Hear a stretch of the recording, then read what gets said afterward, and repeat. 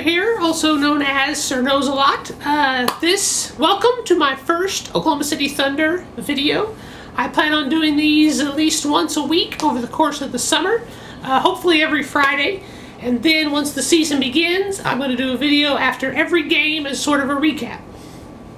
Now, I'm a huge Thunder fan. I got my customized jersey here. It's got my name on the back. We got Thunder stuff all over the house. Been a huge fan ever since they moved here. Previously, when I started liking basketball, I picked the Seattle Supersonics as the team I was going to cheer for. I like Sean Kemp, I like Gary Payton, Desmond Mason went there. And then when they came to Oklahoma City, well, it just worked out perfectly. And I've watched nearly every game ever since. So as I started this YouTube channel, I wanted to have a series of videos talking about the Thunder. And this would be from the perspective of a super fan, a hardcore fan, but not go deep into advanced stats and all that sort of thing. It's just my analysis as I see it based on my experience of knowing basketball and watching for the past however long it's been, 8 or 9 years. So that's all it's going to be. It's me ranting and raving about the Thunder, complaining about the refs after a game, or complaining about how they couldn't guard the three-point line, or just things like that. And throughout the summer, I'll just make these videos just short and quick as I can, just updating what's going on in the world of the Oklahoma City Thunder.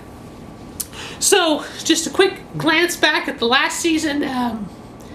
Based on the circumstances, it went pretty well. They made the playoffs as the 6th seed. They lost to the hated Rockets.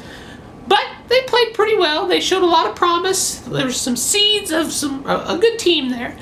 Obviously, Westbrook, MVP, averaged a triple-double, had, I think, 42 triple-doubles, broke Oscar Robertson's record. I mean, it was fun to watch. It was a whole lot of fun to watch. And as we get into the summer, the big question is going to be, will Westbrook sign an extension to stay with the Thunder? He can sign an extension after July, at the beginning, tomorrow at midnight, July 1st, when free agency begins. Roughly 5 years and $200 million. A very big deal. And I think he'll sign. I think he'll stay here. But I thought that about someone else last summer, and obviously I was wrong. So we'll have to see what happens. But after the season, Westbrook was named MVP. Then they had the draft. Leading up to the draft, I expected them to make some sort of move, try to get a backup point guard, try to trade for somebody, something big. Nothing happened. And they actually made their pick. They didn't trade it. They didn't buy into the second round. So with the 21st pick, they picked Terrence Ferguson, who I'd never heard of. But he's from Tulsa. I guess moved to Dallas as a kid. After high school, he played a year of professional basketball in Australia instead of going to college. His numbers in Australia weren't that great, but from everything I've read, the numbers don't tell the whole story of his talent and his potential. So this is a guy that will probably help out the Thunder a few years from now. So it's kind of like, that's great. I hope he's good, but it's not going to help us this next season. So then, like I said, free agency is now 30 minutes away.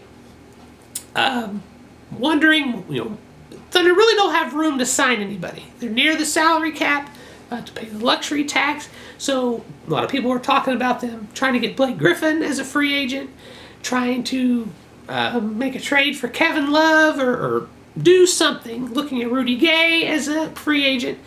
But it wasn't for sure. They wouldn't be able to spend that much money. Well, about an hour ago, huge news broke that the Thunder traded Victor Oladipo and Domantas Sabonis for Paul George of the Indiana Pacers, which was shocking. It shocked a lot of people, a lot of the writers I read on Twitter and the internet.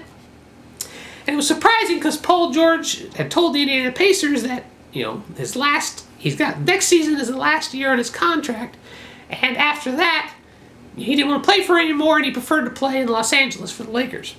So Oklahoma City may be getting him for just 1 year. But 1 year of him and Westbrook could be something great. And Oladipo was a good player, and Sabonis was going to be a good player, but, they really didn't have to give up that much for him. So it's going to be exciting. Now, the season is going to be even more. I'm anticipating it even more. And, hopefully they'll be even better now. They have to be, because obviously the Warriors, and then the Rockets got Chris Paul. So it's going to be a tough season, but now they're much more formidable. And who knows what else they'll do. I read one of the Thunder writers, Rory Shung, said the Thunder may not be done. Once free agency hits, who knows what else will happen. But it's exciting and fired up now. And then tomorrow, Thunder basketball is back in the form of Summer League. For the Thunder, Samaj Christian is going to play. Sabonis was, but I guess he won't now. Houston will play. They brought in Markel Brown, former Oklahoma State star, played for the Nets. I'm trying to think if Abrinas is not playing in Summer League. Dakari Johnson, Daniel Hamilton, a couple of Oklahoma City Blue are playing. And it's at 4 o'clock tomorrow. I think it's on NBA TV, and I will be watching because it's a long time till the season starts. So it is 10:36 and 24 minutes until free agency starts, and there'll be a lot of things happening. I read that the Thunder are interested in Zach Randolph, which would be weird because he was always an enemy with the Grizzlies. So we'll see what happens. I'll see you guys next week to update what happened with free agency and what happened throughout next week. Hopefully be able to talk about Westbrook signing a new deal. So until then, I may not know everything about basketball, but I know I sure know a lot. Thunder up.